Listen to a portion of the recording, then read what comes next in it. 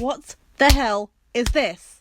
Last night, I was scrolling through Instagram, minding my own business, when all of a sudden, this abomination appears on my For You page. And it may or may not have caused me to go on a late night sleep-deprived Instagram story runs about how much this irritates me. And now, my For You page looks like this. And all I can really think about is, wow, this is really getting out of hand. I've made a couple of videos over the last year and a half giving my opinion on certain movie trailers such as Inside Out 2 and Despicable Me 4, and my worries over Disney having Lin-Manuel Miranda trapped in a basement somewhere, forcing him to write songs for everything except Moana 2. And yes, I know there's absolutely no consistency with my content, and I'm afraid that's not something that's going to change, as far as I'm aware. I've shown my disapproval for the fact that they're even making a live-action Moana in the first place, since the kids that watched Moana when it first came out are still kids now. But with the recent announcement of my worst nightmare coming true, that being a live-action Tangled, I really do think it's time for me to have a serious discussion about Disney live-action remakes, or in this case, a Disney live-action remake, that being Lilo and Stitch, which is set to release on the 22nd of May 2025, the day after my 18th birthday. Yay. Now, let me just say, I love Lilo and Stitch. And I love Stitch. Love Stitch! Love Pink. But does that mean I want to see Stitch in live action? No. When the first little teaser, which is barely even a teaser, was revealed at D23 last summer, I saw one thing that was like, oh, Stitch actually looks kind of cute. And I'll admit, he doesn't look quite as hideous as I was expecting. Heck, he doesn't even look hideous at all. I know I called him an abomination 1 minute ago, but I was talking about the poster as a whole, and the thing is, I really want to find him cute. He's like a little blue koala dog thing, and I love koalas and dogs, don't get me wrong, but no matter how hard I try, I just can't stop imagining this thing jumping out from under my bed in the middle of the night and eating my cat in front of me. Please don't do that. Marketing is one of the most important factors that can lead to the success of a film. Any kind of advertisement, whether that be posters, merch, trailers, anything that gets the audience's attention, is really beneficial in the grand scheme of things. I think Disney and Pixar are generally great at creating posters, and I did a whole section in one of my college projects last year where I analysed Pixar's marketing through its website, teaser trailers, social media, and posters, and it's some of the most fun I've ever had on that course. The thing about Pixar posters that I really like is the subtlety. I categorise movie posters, particularly those that come from a big budget film studio, into different categories, such as, you know what this is, we don't need to go into too much detail, show don't tell, and one of my personal favourites, these are your characters, take them or leave them. In my opinion, movie posters should be nice and subtle, and get the audience interested for more to be revealed. However, this is some of the least subtle studio self-advertising I've ever seen. I do believe that self-promotion in other movies is not necessarily a bad thing, but there is a line where Easter eggs are no longer Easter eggs when you're just shoving your other intellectual properties down the viewers' throats. I probably wouldn't have had too much of a problem with it if it just happened once or twice when the movie is just about to be released, and it's not uncommon for a major studio release to incorporate the Super Bowl into their advertising campaign. Last year we saw it with Despicable Me 4, and I don't have a problem with the Super Bowl thing, so I'm not going to go too much into detail about it. My main issue comes with these two. I think the thing that is making me roll my eyes the most about all these shenanigans, and the thing that is most detrimental to them, is the fact that we've seen nothing of the actual movie. The movie comes out in 3 months' time, and usually by this point there's an 80-second teaser, a 2.5-minute official trailer, maybe an extended full trailer if the studio is feeling generous. We also get the opportunity to pre-order our tickets, some shops might start selling merch, or we'll get a tease about whatever popcorn bucket they're going to make. Disneyland will probably start setting up the next 18-month festival to promote said movie. But we're in February, and all we know so far about the live-action Lilo and Stitch is that Stitch looks like this, and that it's set in Hawaii. Okay, we already knew that. Are there any new plot elements? Or is it another shot-for-shot remake that's somehow half an hour longer? I'm betting on the latter. And the only other glimpses of this movie we've gotten so far are these shameless advertisements for other Disney productions that have come out in the months leading up to Lilo and Stitch's release. I'm not joking, when I first saw this poster, I thought it was AI generated. And I know I said that for Moana 2 poster, but this just has a menacing aura surrounding it. Something about it just looks a little off. I had to stare at it for a good 20 seconds before I realised what was creeping me out. It's the coconut. Specifically, one of the evil coconuts from Moana. And when did this poster come out? Moana 2's release date. And this just makes me feel sad. Not for the desperation, but for the fact that the coconut is staring into my soul while being given a hickey by Stitch.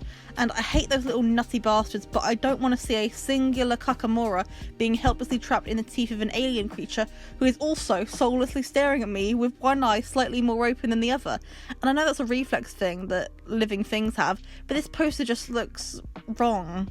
And I think the fact that the Instagram captions don't directly say that this is an advertisement for Moana 2, only little cheesy hints here and there.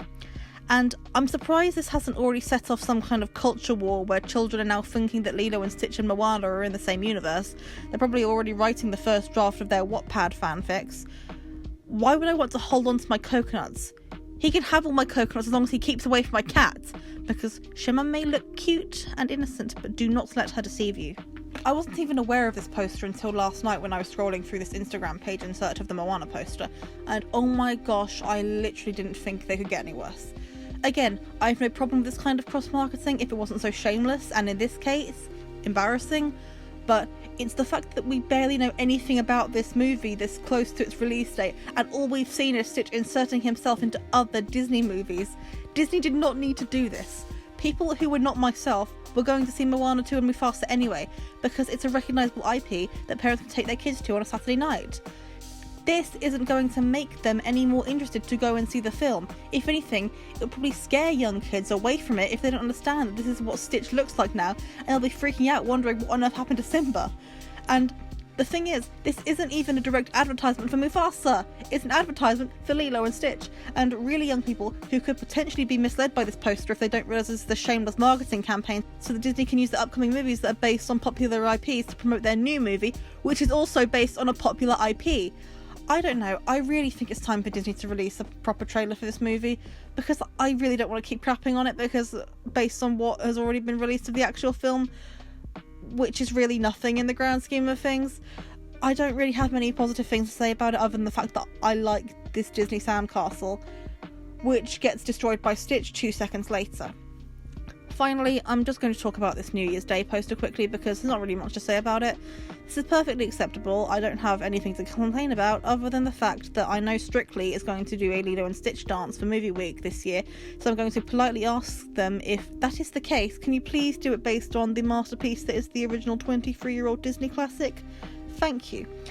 Finally, let's talk about the trailers that are not really trailers. Now, I love a teaser trailer. I mean, the way they just reveal little hints of the plots, leaving everything open for the audience to create their own visions of the story in their head until the official trailer comes out 3 months later. When the teaser trailer for Inside Out 2 came out last year, I was really excited. Only a little bit skeptical, but that was solely due to the exceptionally high bar I hold in Inside Out sequel 2, because of how much Inside Out meant to me growing up and how it really helped me when I was going through a rough time. And so when I saw the poster on the official Pixar Instagram account and then the trailer on the official Pixar YouTube page, I was really happy. So happy that I put a video together in 3 hours, which is not something I'm able to do often. Inside Out 2's teaser trailer did a great job of having a structure of a quick little recap of the world of the first movie, while slowly introducing us to the necessary information which leads up to the main action of the trailer.